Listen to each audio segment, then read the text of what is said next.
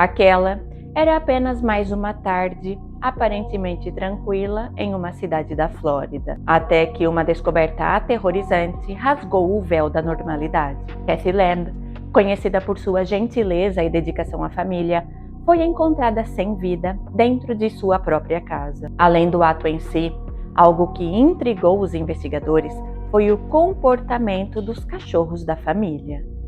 Os 3 cachorros de Kathy eram conhecidos por serem ferozmente leais. 2 deles estavam gravemente feridos, enquanto o terceiro, um híbrido de lobo, foi encontrado trancado em um quarto, ileso.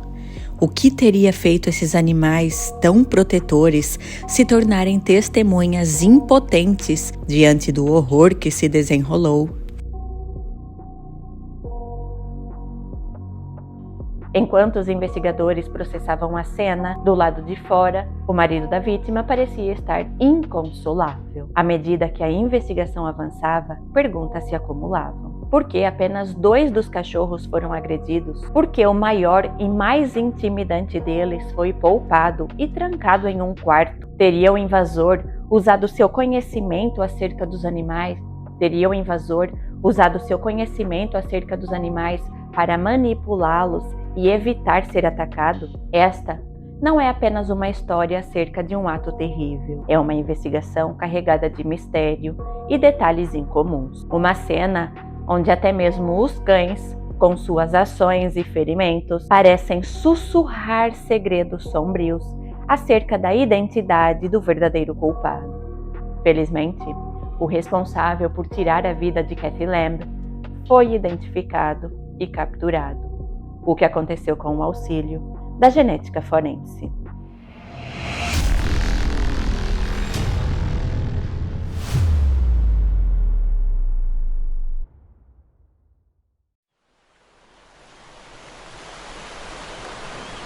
Palm Beach County, na Flórida, possui 2 realidades. De um lado, abriga algumas das pessoas mais ricas do mundo. No entanto, a poucos quilômetros de distância, vivem pessoas que lutam diariamente para conseguir pagar o aluguel e ter dinheiro para fazer a próxima refeição. A região é marcada por uma forte dualidade, com bairros imponentes, mas também áreas extremamente degradadas. Principalmente no início do ano 2000, os números relativos à criminalidade eram extremamente alarmantes para o número de habitantes que ali viviam. Os crimes violentos, principalmente os homicídios, eram abundantes, criando um contraste entre o luxo e o desespero. Kathy e Jeffrey Lamb viviam em Palm Beach, mas não em uma de suas luxuosas mansões. A realidade do casal estava situada no lado mais obscuro do condado. Em 2004, Jeffrey Lamb trabalhava em uma empresa, atuando como motorista de um caminhão guincho, enquanto Kathy Lamb era funcionária da rede de farmácias Walgreens. Aqueles que os conheciam descreviam o casal de forma carinhosa. Apesar das dificuldades financeiras, para quem via de fora, a vida do casal parecia correr dentro dos padrões da tranquilidade e da normalidade. Entretanto, esse cenário estava prestes a mudar. No dia 15 de junho de 2004, após um longo dia de trabalho, Jeffrey Lamb chegou em casa por volta das 19 horas. Contudo, ao entrar na residência, o que Jeffrey viu parecia ter sido retirado de um filme de terror. Havia sangue por toda parte. Em pânico, Jeffrey ligou para o número de emergência. O relato da ligação deixou claro o estado de histeria de Jeffrey. 911, qual é a emergência? É a minha esposa.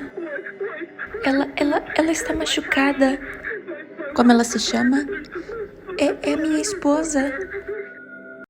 Ele chorava tanto que a atendente da linha de emergência chegou a confundi-lo com uma mulher. Ok, senhora, eu preciso que a senhora respire fundo. Para dentro e para fora. Ok, você está tendo um ataque de asma? A operadora tentou acalmá-lo, pedindo que ele respirasse fundo, mas o seu desespero era palpável. Quando a equipe de socorro chegou, Kathy Lamb foi declarada sem vida no local. Ela havia sido espancada até a morte. Assim, foi dado início a um capítulo sombrio, centrado na pergunta: quem era o responsável por ter tirado a vida de Kathy? E mais que isso, por quê? Catherine Ripon Lamb, chamada carinhosamente de Kathy, nasceu no dia 24 de julho de 1973, na cidade de Frederick, no estado norte-americano de Maryland. Desde jovem, Kathy demonstrava um grande senso de responsabilidade e dedicação, características que a acompanhariam ao longo de sua vida. Apesar de ter nascido em Maryland, foi na Flórida que Kathy Lamb passou a maior parte de sua vida adulta. Após concluir os seus estudos do ensino médio, Kathy decidiu seguir carreira na área da farmácia, um campo onde ela se destacava por sua competência e dedicação. Ela começou sua trajetória profissional na rede de farmácias Walgreens, uma das maiores dos Estados Unidos, onde atuou por mais de uma década. Inicialmente, Kathy trabalhou como técnica de farmácia certificada, sendo reconhecida pela precisão, atenção aos detalhes e empatia pelos clientes, qualidades que a transformaram em uma profissional admirada por todos ao seu redor. Com o tempo, sua experiência e habilidades a impulsionaram a uma posição ainda mais estratégica. Kathy foi promovida, tendo ido trabalhar no escritório corporativo da Walgreens, em Palm Beach. Nesse cargo, ela desempenhou um papel crucial na coordenação e também na organização dos processos administrativos da rede de farmácias, lidando com a agenda de todos os farmacêuticos da região de forma extremamente eficiente. Sua capacidade de gerenciar as demandas com excelência fizeram dela uma peça fundamental para a operação da Walgreens, e seus colegas a viam como uma líder natural, sempre disposta a colaborar e ajudar a resolver qualquer desafio que surgisse. E, além de sua habilidade profissional, Cassie também era conhecida por sua generosidade e bondade. Ela se preocupava genuinamente com os outros, tanto dentro do ambiente de trabalho, como também em sua vida pessoal. Ela era uma pessoa acolhedora, de sorriso fácil e coração aberto, que fazia amizade com todos ao seu redor. Seus amigos e colegas a descreveram como sendo alguém inabalável, uma pessoa de caráter, em quem se podia confiar plenamente e que estava sempre pronta para ajudar quem precisasse.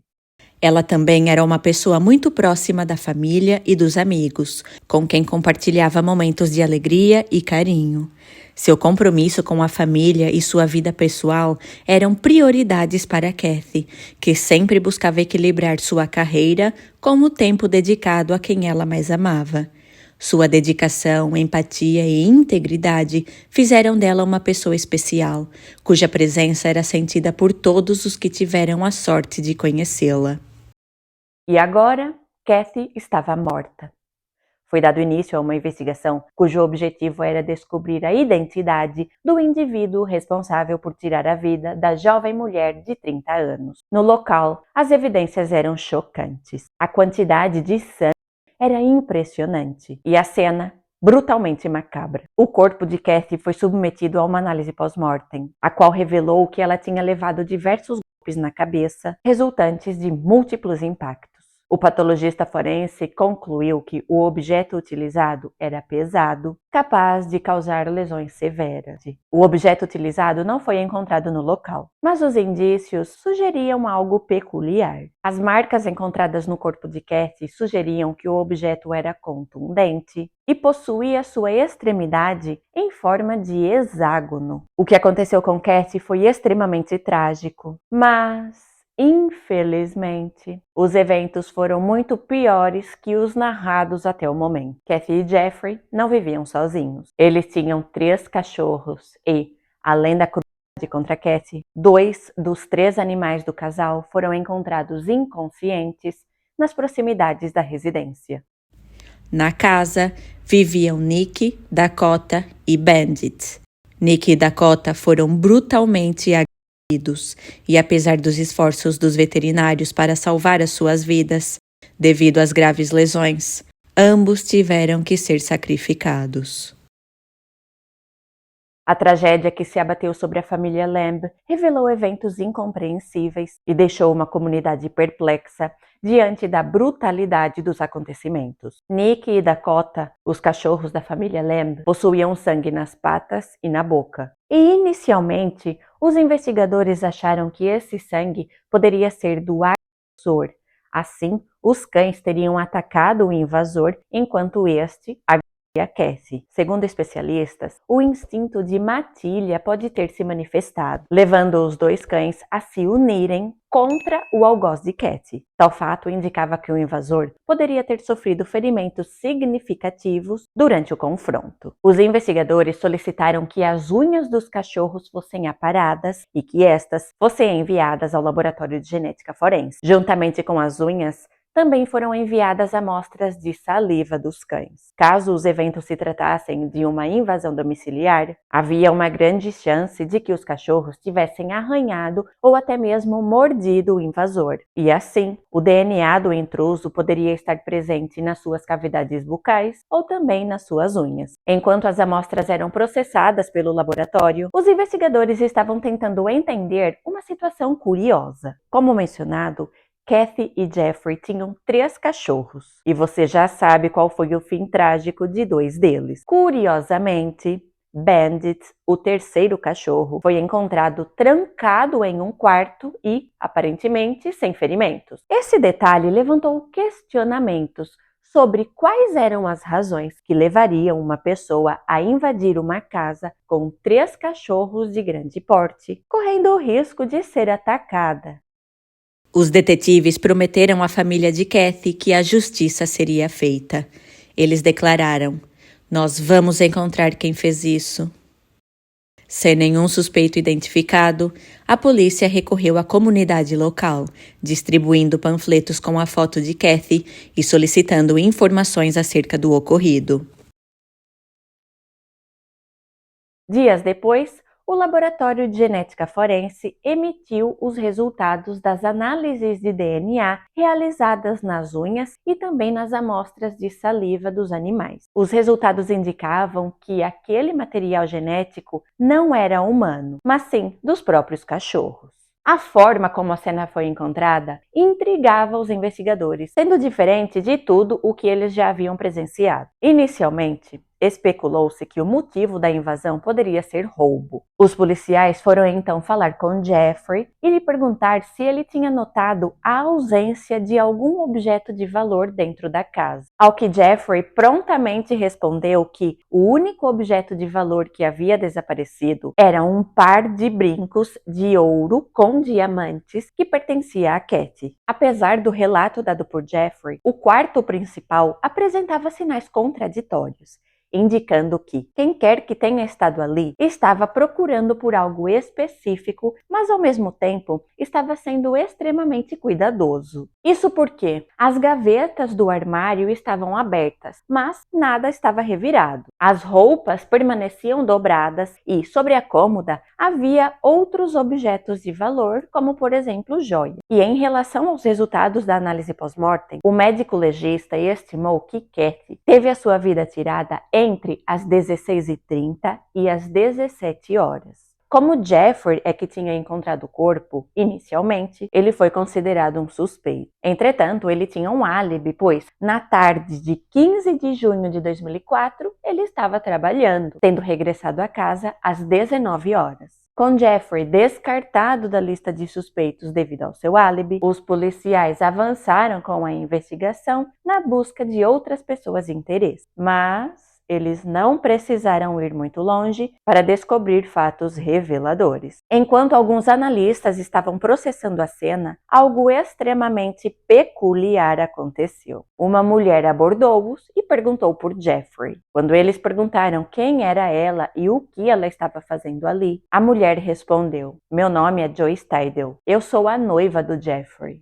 Essa revelação causou perplexidade entre os investigadores. Enquanto a cena era processada, com o sangue ainda fresco e a de Kathy Lamb marcada naqueles momentos que pareciam estar suspensos no tempo. Do lado de fora da casa, algo incomum acontecia. O marido em luto, Jeffrey Lamb, estava sendo consolado por uma mulher que supostamente era sua noiva. Como isso era possível? Sua esposa acabara de ser assassinada e ele estava ali, aparentemente sem pressa para se envolver nos procedimentos da polícia, sendo reconfortado por Joey Steidel, uma mulher misteriosa que, até aquele momento, ninguém sabia de onde tinha surgido.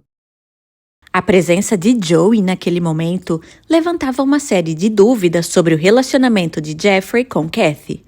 A versão oficial de Jeffrey era de um marido devotado que afirmava que o seu casamento com Kathy estava em plena harmonia, uma relação que, segundo ele, não tinha nada fora do normal. No entanto, a aparição de Joey e suas palavras desconcertantes contradiziam completamente essa versão. Em uma conversa com os investigadores, Joey revelou que, na verdade, ela e Jeffrey estavam planejando começar uma nova vida juntos. Eles tinham decidido se mudar para uma outra cidade, deixando para trás tanto o casamento de Jeffrey quanto a sua vida anterior com Kathy. Como isso poderia ser verdade se Jeffrey alegava que o seu casamento era perfeito? Essa contradição entre o que Jeffrey disse e o que Joey afirmou levantou suspeitas, não só sobre o envolvimento de Joey, mas também sobre as reais intenções de Jeffrey. Embora Joey pudesse estar diretamente envolvida no caso, havia algo que a afastava de uma suspeita direta. Ela possuía um álibi sólido para a tarde do assassinato.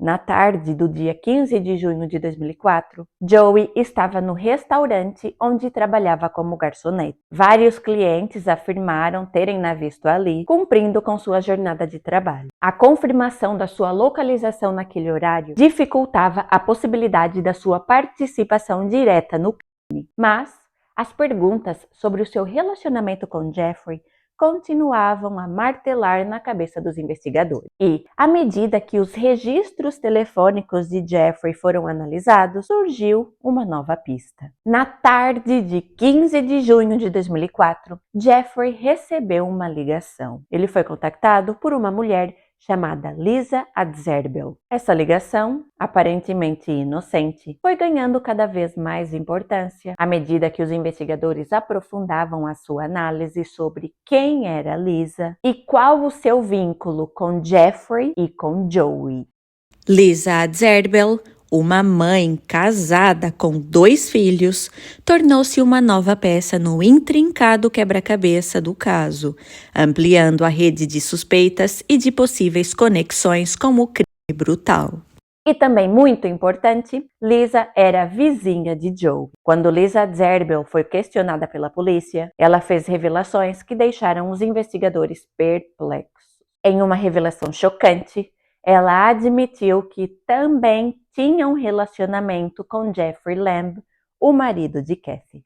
Essa informação, por si só, já era o suficiente para levantar suspeitas sobre a dinâmica dos envolvidos. No entanto, o que chocou os policiais foi a revelação de que, algumas semanas antes do ocorrido com Kathy, Ray Adzerbel, o marido de Lisa, após um longo dia de trabalho, teve uma surpresa extremamente desagradável. Ele chegou a casa e qual foi o seu espanto quando ele flagrou Lisa e Jeffrey juntos em uma situação comprometedora. Os dois estavam sentados no sofá da sala. Lisa estava vestida, entretanto Jeffrey estava sem sapatos e sem camisa. Quando Ray chegou, Jeffrey pegou em suas coisas e simplesmente fugiu do local. Ray então pressionou Lisa para que ela lhe dissesse quem era aquele homem e por que ele estava ali no sofá de sua casa, sem camisa e sem sapatos. Lisa disse que ele era Jeffrey Lamb e explicou que os dois eram eram apenas amigos. Extremamente zangado, Roy fez com que Lisa lhe desse o telefone de Jeffrey. Ele então contactou o suposto amigo de sua esposa e disse-lhe para se manter afastado de Lisa, pois ele não iria destruir a sua família. Essa ligação feita por Ray não passou despercebida pela polícia. O nível de raiva e frustração que ele demonstrou na ocasião parecia indicar algo mais profundo. A atitude de Ray passou a ser vista com outros olhos, e ele foi rapidamente incluído na lista de pessoas de interesse. A ideia de que Ray parecia ter se sentido traído e até mesmo motivado por uma raiva cega fez com que ele fosse considerado um suspeito plausível. No entanto, ao aprofundarem a investigação, os policiais descobriram que tanto Ray como Lisa tinham álibi sólido para a tarde do assassinato. Eles confirmaram que Lisa estava em casa, enquanto Roy foi localizado no seu local de trabalho. E assim, os dois foram excluídos da lista de pessoas de interesse, embora o envolvimento de Lisa com Jeffrey e a reação de Ray continuassem a deixar os investigadores com uma sensação desconfortável, um indicativo de que essa história abrigava mais segredos do que eles poderiam imaginar.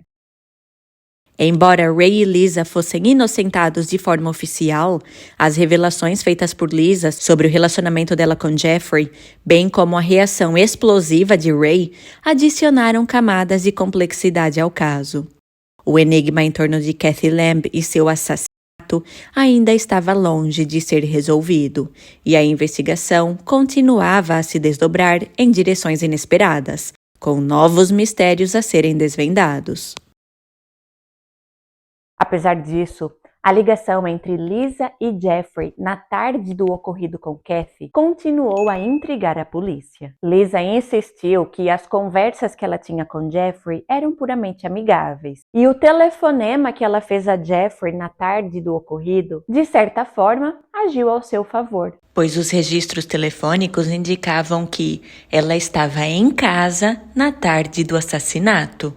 No entanto, os registros do celular de Jeffrey revelaram algo preocupante. Ao contrário do que ele tinha declarado, ele não estava no trabalho. Os registros das torres de comunicação indicavam que, entre as 4h30 e as 5 da tarde, ele estava em sua casa, o que contradizia o seu depoimento. E outra contradição surgiu durante a análise da cena. Jeffrey disse que, quando ele encontrou o corpo de Kathy, o seu cachorro, Bandit, estava trancado em um quarto, o que por si só já era muito estranho, porque Nick e Dakota estavam fora da residência e tinham sido agredidos, enquanto Bandit estava trancado em um quarto, alheio a toda a situação. Pois bem, foi Jeffrey quem disse que Bandit estava trancado em um quarto e, ao ouvi-lo, abriu a porta para que ele saísse. Mas a análise do local sugeria que Jeffrey estava mentindo.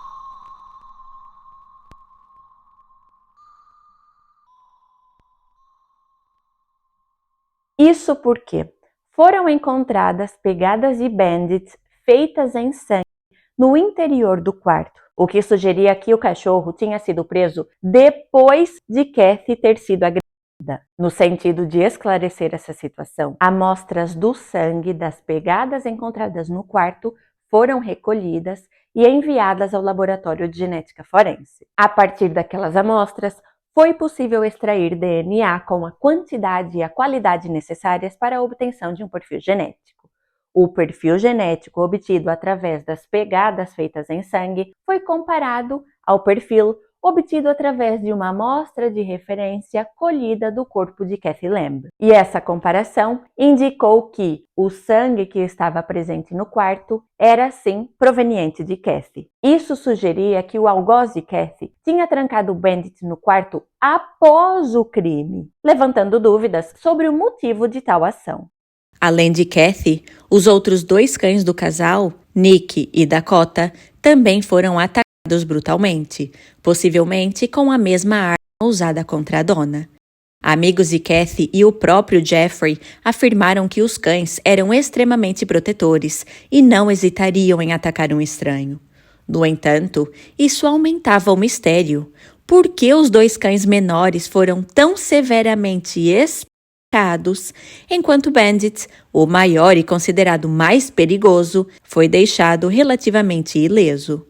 Bandit era um cão-lobo, ou seja, um híbrido resultante do cruzamento entre um cachorro e um lobo. E os cães-lobo tendem a ser mais ariscos e instintivos que os cães comuns, e podem apresentar comportamentos mais desafiadores de domesticar. Inicialmente, Bandit parecia não ter sofrido nenhum ferimento, ao contrário de Nick e Dakota, que, quando encontrados, foram imediatamente encaminhados para um hospital veterinário. Bandit foi encaminhado para a Sociedade Protetora dos Animais. Lá, um cuidador descobriu que o cachorro apresentava marcas de mordida, indicando que, provavelmente, havia lutado com outros cães, possivelmente Nick e Dakota. Isso revelou um comportamento incomum, porque os cães, em vez de atacar um invasor desconhecido, voltaram-se uns contra os outros durante o ataque. Para especialistas em comportamento animal, a explicação era clara. Um estranho muito dificilmente conseguiria agredir os cães sem provocar uma resposta contrária. As amostras de sangue encontradas no local foram analisadas pelo Laboratório de Genética Forense e todas elas eram provenientes ou de Kathy ou dos animais, o que sugeria que os animais não tinham se voltado contra o suposto invasor. O fato dos cães não terem reagido enquanto eram agredidos com um objeto contundente indicava que o assassino era alguém que eles conheciam bem, alguém com quem não demonstravam agressividade e, por essa razão, enquanto levavam os golpes, em sinal de submissão, eles aguentaram em vez de atacar. As evidências apontavam cada vez mais para uma conclusão inquietante. O autor do crime era Jeffrey Lamb. Apesar das suspeitas, os promotores enfrentavam um grande desafio, pois a única testemunha do ocorrido não poderia relatar o que aconteceu. Bandit, o único sobrevivente. Isso levou os investigadores a aprofundar as buscas. Eles começaram a investigar Jeffrey Lamb a fundo, o que incluiu uma análise detalhada da sua vida financeira. Descobriu-se que, anos antes, Jeffrey tinha sido acusado por um de seus ex-empregadores de ter desviado o dinheiro da empresa. A quantia era de cerca de $30.000. Ao ser confrontado, Jeffrey Lamb devolveu o dinheiro e concordou em pagar uma multa, no valor de $20.000. A revelação sugeria um possível motivo financeiro por trás do crime, ampliando o foco da investigação sobre o comportamento e sobre as intenções de Jeffrey Lamb. Os investigadores concluíram que Jeffrey Lamb não era um homem ingênuo, mas também não demonstrava grande ambição ou inteligência. Jeffrey não parecia ser alguém destinado a grandes conquistas. Seu emprego atual, como motorista de guincho, oferecia uma renda modesta, e as prestações que ele tinha que pagar em decorrência da multa por ter desviado o dinheiro de seu antigo patrão representavam para ele um grande peso financeiro. Para grande parte das pessoas, $20.000 pode não parecer uma quantia exorbitante, mas para Jeffrey Lamb, isso era o equivalente a uma fortuna. Além disso, a polícia descobriu que Jeffrey era o beneficiário de uma pólice de seguro de vida de Kathy avaliada em $29.000. Investigadores levantaram a hipótese de que Jeffrey, cansado de fazer os pagamentos decorrentes de sua atividade criminosa passada, viu na apólice de seguro uma solução para seus problemas financeiros. Para ele, não importava como ele conseguiria o dinheiro, contanto que o seu objetivo fosse alcançado. Durante as investigações iniciais, os policiais tiveram uma atitude que foi de importância vital para a investigação. Eles confiscaram as roupas que Jeffrey estava usando no dia do assassinato de Kathy. Jeffrey vestia uma camiseta com o personagem Taz, o Diabo da Tasmânia, estampado na frente, fazendo o gesto de um L com a mão, acompanhado da legenda Loser, perdedor. Além disso, usava uma calça jeans escura e botas pretas.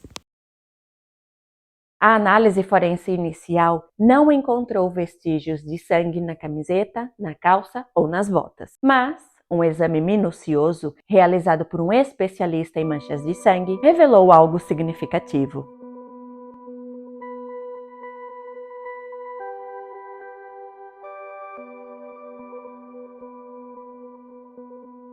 O especialista analisou a calça jeans de Jeffrey microscopicamente, seção por seção. O tom escuro do tecido dificultava a observação de manchas de sangue a olho nu, mas, sob uma ampliação de 60 vezes, o analista encontrou minúsculas partículas de sangue incrustadas no tecido, nomeadamente na perna esquerda, próximo ao interior da coxa. Essas manchas estavam profundamente incrustadas nas fibras do tecido da calça e não eram consistentes com uma transferência feita por um simples contato. Em vez disso, sugeriam que o sangue foi projetado para dentro do tecido, um padrão característico de espirros de impacto. O tamanho e a forma das gotas eram compatíveis com o que se esperaria de um ataque feito com um objeto contundente. Amostras do material encontrado nas calças de Jeffrey foram enviadas ao laboratório de genética forense. Lá, a partir daquele material,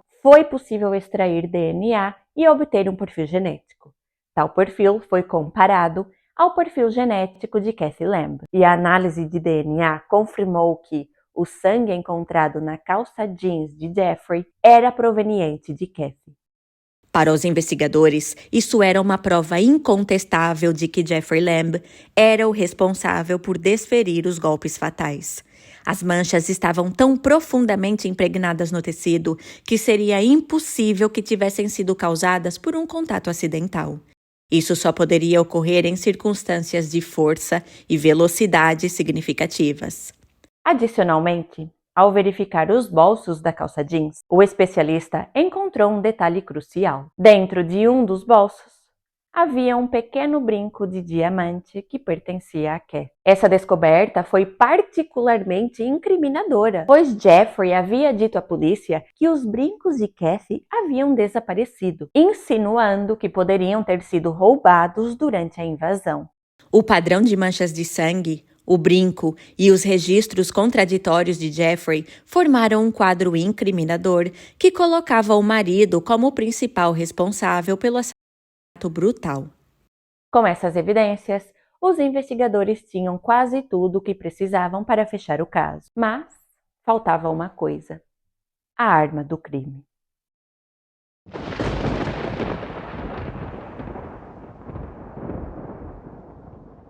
Dois meses após o ocorrido com Kathy, houve uma tempestade fora do comum. Os níveis de chuva foram assustadores e muitas regiões ficaram alagadas. Um homem chegou ao seu local de trabalho e verificou que o edifício da empresa tinha um vazamento.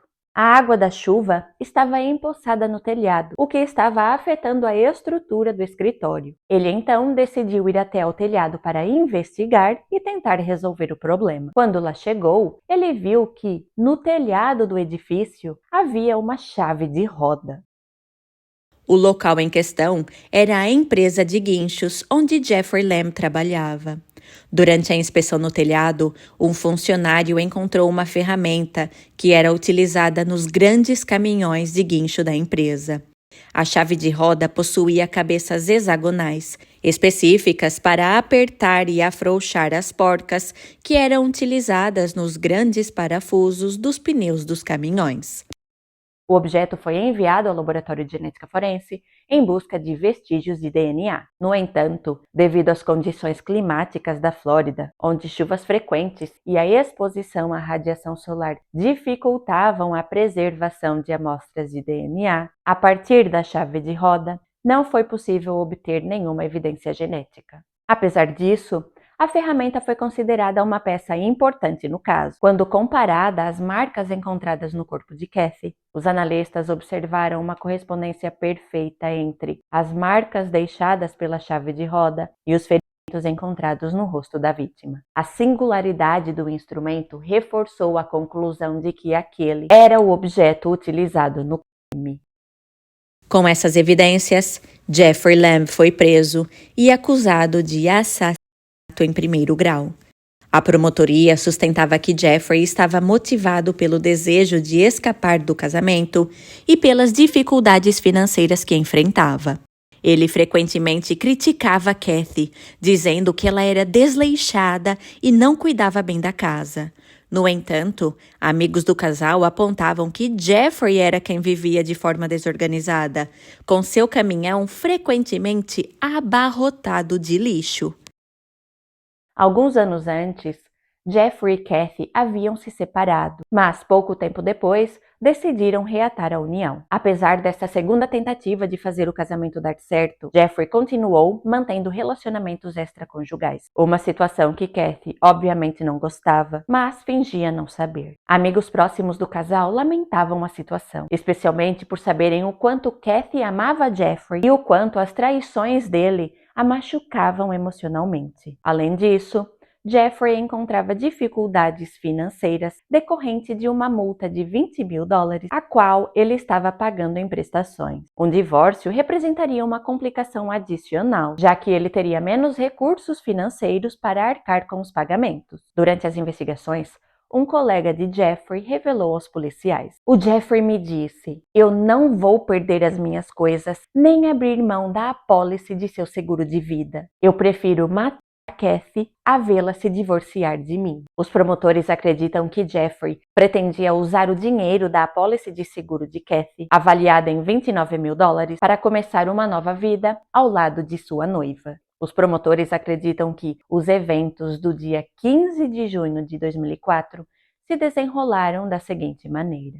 Naquela manhã, Jeffrey acordou e seguiu rumo ao trabalho. O carro de sua noiva estava na oficina da empresa porque precisava de alguns reparos. E um dos colegas de trabalho de Jeffrey, posteriormente, disse que por volta das 4 da tarde, viu Jeffrey entrar no carro de sua namorada. Ele perguntou onde ele ia e Jeffrey disse que iria sair rapidinho apenas para abastecer o veículo. De acordo com as evidências, Jeffrey foi para casa e esperou Kathy retornar do trabalho. Quando ela chegou, ele a atacou com a chave de roda, desferindo golpes fatais. Durante o ataque, respingos de sangue ficaram impregnados em sua calça jeans, camiseta e sapatos. Os cães de Kathy, Nick e Dakota, agitados com a violência, começaram a brigar entre si. Para separá-los, Jeff golpeou os cães de Kathy com a chave de roda e trancou o seu próprio cão, Bandit, no quarto. Em uma tentativa de simular um roubo, ele pegou os brincos de diamante de Kathy, um dos quais foi posteriormente encontrado em seu bolso. Após o crime, Jeffrey provavelmente trocou a sua camiseta e os seus sapatos, pois nestes não havia respingos de sangue. Entretanto, ele não trocou as suas calças. O tecido era escuro e ele não percebeu que ali havia se depositado material genético de sua esposa. As manchas de sangue em sua calça jeans foram cruciais para conectá-lo aos eventos. E a infidelidade de Jeffrey ajudou a provar a sua culpa, pois, logo após as 17 horas, ele recebeu uma ligação de sua namorada, Lisa. A ligação feita por Lisa para Jeffrey foi registrada em uma torre de celular próxima à sua casa, o que provou que ele não estava no trabalho como tinha alegado. Não foram encontradas evidências de que Lisa tinha conhecimento sobre o assassinato. Quando Jeffrey retornou ao pátio de guinchos, ele pegou na chave de roda e atirou-a para cima do telhado, acreditando que ninguém jamais a encontraria. Entretanto, 2 meses depois, enquanto um de seus colegas de trabalho realizava reparos no telhado, ele acabou encontrando o objeto. Graças às análises de DNA, foi possível estabelecer que o sangue encontrado nas calças de Jeffrey era proveniente de Kathy Lamb. Além disso, o comportamento dos cachorros também foi crucial para que a dinâmica dos eventos fosse estabelecida. Tudo indicava que Jeffrey havia premeditado seus atos. A motivação de Jeffrey ficou clara. Ele tirou a vida de Kathy por $29 mil. Ela foi tomada de sua família, de seus amigos e de todos que a amavam por uma quantia que, para ele, parecia ser suficiente para iniciar uma nova vida. Em setembro de 2006, Jeffrey Lamb foi levado a julgamento, acusado de assassinato em primeiro grau. Ele foi considerado culpado. Em relação à sua sentença, Jeffrey foi condenado a cumprir uma pena de prisão perpétua sem a possibilidade de liberdade condicional. A chave para a condenação de Jeffrey foi a análise de suas roupas, que continham o sangue de Kathy. Caso os detetives não tivessem exigido que ele lhes entregasse as roupas, ele provavelmente teria escapado da condenação e hoje estaria livre. Mas Jeffrey Lamb, que decidiu tirar a vida de sua esposa para receber $29 mil e começar uma nova vida, foi identificado e capturado. O que aconteceu com o auxílio da genética forense? Qual é a sua opinião acerca das atitudes dessas pessoas que, quando confrontadas com uma situação de difícil resolução, rapidamente descartam a possibilidade de divórcio e não veem outra alternativa para os seus problemas a não ser cometer um assassinato? Eu espero que você tenha gostado do caso de hoje. Obviamente não da história em si, mas sim da forma como eu apresentei os fatos. E em simultâneo a esse vídeo, eu vou publicar um outro no qual nós vamos fazer uma reflexão mais profunda acerca desse caso e onde eu vou exibir mais imagens do desenrolar dessa investigação. Por isso, se você gosta do meu conteúdo, considere a possibilidade de se tornar um membro do canal Genética Forense. Assim, você vai ter acesso antecipado a todos os vídeos que eu posto por aqui, além de acesso a conteúdo exclusivo. Todavia, caso você não tenha possibilidade ou até mesmo interesse em se tornar um membro do canal, você pode suportar o meu trabalho. Vai levar poucos segundos e não custa nada. Apenas deixe o seu like no vídeo, se possível um comentário e compartilhe esse vídeo com pelo menos um amigo que você acha que também vai se interessar pelo assunto. Pois bem, eu espero que você tenha gostado do caso de hoje. Há mulheres que, ao se casarem com um homem que elas julgam ser o príncipe encantado, infelizmente desconhecem o fato que estão se casando com o seu assassino. Esta não foi uma situação exclusiva de Kathy Lamb. Eu sugiro que você assista também a este vídeo, cujo link eu vou deixar aqui no primeiro comentário fixado. Quem acompanha o canal deve ter reparado na mudança de cenário. Já estamos em dezembro e eu espero que você tenha gostado dessa mudança temporária. Para você que chegou até aqui no fim do vídeo, eu deixo o meu mais sincero agradecimento. Muito obrigada, um grande abraço e eu te vejo aqui no próximo vídeo.